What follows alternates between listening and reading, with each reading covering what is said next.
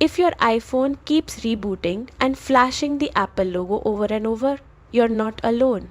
This is called a boot loop, and I'll walk you through every solution step by step.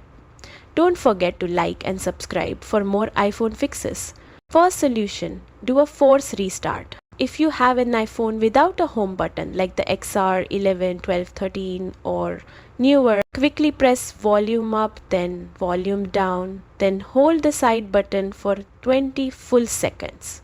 Only hold the power button, not the volume buttons.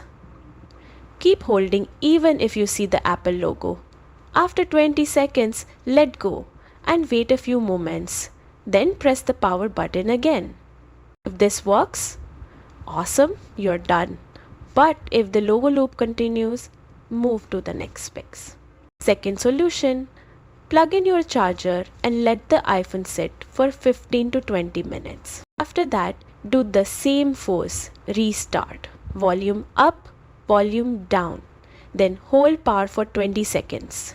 Let go. Wait a few seconds. Then try turning it on again. Still stuck? Third solution, use iTunes or Finder on your computer. Open in iTunes or Finder if you're on macOS Catalina or later. Connect your iPhone with a USB cable. Now do the same button combo. Volume up, volume down, hold power for 20 seconds. A message will pop up on your computer saying your iPhone needs to be updated or restored. Choose update first, this keeps your data. If the update works, your phone will restart normally. If it fails and gives an error message or says restore only, be careful. Restore will erase your data.